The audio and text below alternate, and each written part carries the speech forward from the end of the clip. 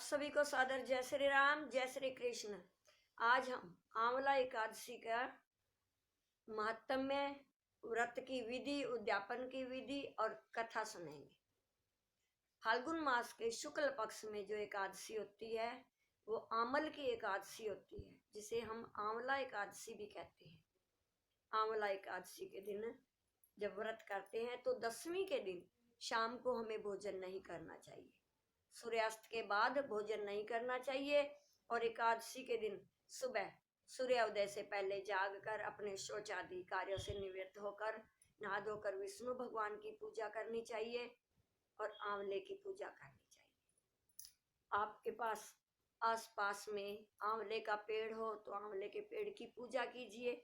अगर आंवले का पेड़ नहीं है तो कच्चा आंवला मिल जाए, आंवले का मुरब्बा तो होता है, सूखा आंवला अगर आपको मिल जाए तो किसी गमले में सूखा आंवला रखकर उसकी पूजा कीजिए।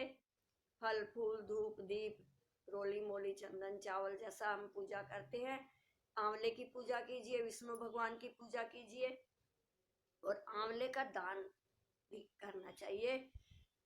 आंवला चखना भी चाहिए इस दिन भोजन में। अगर आपने एकादशी के व्रत का उद्यापन कर दिया हो, बहुत बड़ा उद्यापन कर दिया हो, फिर भी आंवला एकादशी के जो है व्रत का उद्यापन आप इस प्रकार से कीजिए, करना चाहिए कि एकादशी के दिन जो है एक जोड़ा, एक पंडित जैसे एक ब्राह्मण ब्राह्मणी का एक जोड़ा का पेट भरे इतना फलाहार आप बनाकर कथा सुनने के बाद ये फलाहार आप दान करें। एक ब्राह्मण ब्राह्मणी का एक जोड़ा को भोजन फलाहार करवाएं एकादशी के दिन, दूध फल सब कुछ देकर, दक्षिणा देकर, और द्वादशी के दिन नहा धोकर आप पारणा करें। तो भोजन बनाकर जिस जोड़े को पहले दिन फलाहार करवाया है आप बुलाकर, घर बुलाकर भी करवा सकते हैं, आप घर में देकर भी आ सकते हैं। तो द्वादशी के दिन भोजन बनाकर उसी के घर में उसी जोड़े को भोजन करवाना चाहिए। और आपकी सामर्थ्य हो तो विष्णु भगवान लक्ष्मी जी के वस्त्र देने चाहिए उन्हें। अगर आप पूरा नहीं दे सकते वस्त्र ज्यादा तो एक पीला वस्त्र विष्णु भगवान का, एक ब्लाउज पीस या जो भी एक दुपट्टा, आप जैसा भी आपकी सामर्थ्य हो लक्ष्मी जी का, उस भोजन के साथ देना चाहिए, दक्षिणा देनी चाहिए। आपकी सामर्थ्य है तो चांदी का आंवला, एक चांदी का आंवला बनाकर सामान के साथ भी देना चाहिए।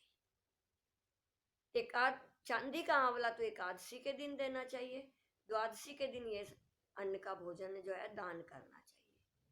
तो ये आपका एक आंवला एकादशी का उद्यापन हो जाएगा। अब हम आंवला एकादशी की कथा सुनते हैं। बोलिए विष्णु भगवान की जय। मानधाता जी बोले कि हे वशिष्ठ जी, यदि आप मुझ पर प्रसन्न हैं तो व्रत की कथा कहो जिससे मेरा कल्याण हो। वशिष्ठ जी बोले, हे राजन, सब व्रतों में उत्तम और अंत में मोक्ष देने वाला आंवल की एकादशी का वर्णन करता हूँ। यह फाल्गुन मास के शुक्ल पक्ष में होती है। इस व्रत का पुण्य 1000 गोदान के फल के बराबर है। मैं आपसे एक पौराणिक कथा कहता हूँ। एक वैदिक नामक नगर में एक जो है ब्राह्मण, वैदिक नाम का एक नगर था। उसमें ब्राह्मण वैश्य क्षत्रिय शूद्र चारों वर्ण जो है आनंद पूर्वक रहते थे। उस नगर में चित्ररथ नामक चंद्रवंशी राजा था। वह महाविद्वान तथा धार्मिक था। वहां के निवासी जो है वृद्ध से लेकर बालक प्रत्येक एकादशी का व्रत करते थे। एक समय फाल्गुन मास के शुक्ल पक्ष की आंवला नाम की एकादशी आई। उस दिन राजा से प्रजा तक, अब बूढ़े से लेकर बच्चों तक सबने हर्ष सहित उस एकादशी का व्रत किया। राजा अपनी प्रजा के साथ मंदिर में जाकर पूर्ण कुंभ स्थापित करके तथा धूप दीप नैवेद्य पंचरत्न छत्र आदि से धात्री का पूजन करने लगे। वे सब धात्री की इस प्रकार स्तुति करने लगे, हे धात्री, तुम ब्रह्म स्वरूप हो, तुम ब्रह्मा जी द्वारा उत्पन्न हो और सारे पापों को नष्ट करने वाली हो, तुमको नमस्कार है। अब तुम अर्घ्य स्वीकार करो। तुम श्री रामचंद्र जी के द्वारा सम्मानित हो। मैं आपकी प्रार्थना करता हूँ, आप मेरे समस्त पापों का हरण करो। उस देवालय में रात्रि को सबने जागरण किया। रात्रि के समय उस जगह एक बहेलिया आया। वह महापापी तथा दुराचारी था। वह भूखा प्यासा था। उस जगह विष्णु भगवान की कथा एकादशी मातम में सुनने लगा। तो बहेलिया ने उस रात्रि को अन्य लोगों के साथ जाग कर व्यतीत किया। तो प्रातः काल होते ही सब लोग तो अपने अपने घर चले गए। कुछ समय बीतने के पश्चात उस बहेलिया की मृत्यु हो गई और उस आमला नाम की एकादशी के व्रत तथा जागरण के प्रभाव से उसने राजा विदुरथ के घर में जन्म लिया। उसका नाम वसुरथ रखा गया। बड़े होने पर वह चतुरंगिणी सेना के सहित तथा धन धान्य से युक्त होकर 10 सहस्त्र गांवों का पालन करने लगा। वह तेज में सूर्य के समान, कांति में चंद्रमा के समान, वीरता में विष्णु भगवान के और क्षमा में पृथ्वी के समान था। वह अत्यंत धार्मिक, सत्यवादी, कर्मवीर और विष्णु भक्त था। वह सदैव यज्ञ किया करता था। एक दिन वह राजा शिकार खेलने के लिए गया। देव योग से वह राजा रास्ता भूल गया। तब वह उसी वन में एक वृक्ष के जो नीचे सो गया। उसी समय पहाड़ी मल्लेच्छ वहां आए और राजा को अकेला देखकर उस पर मारो मारो शब्द करके टूट पड़े।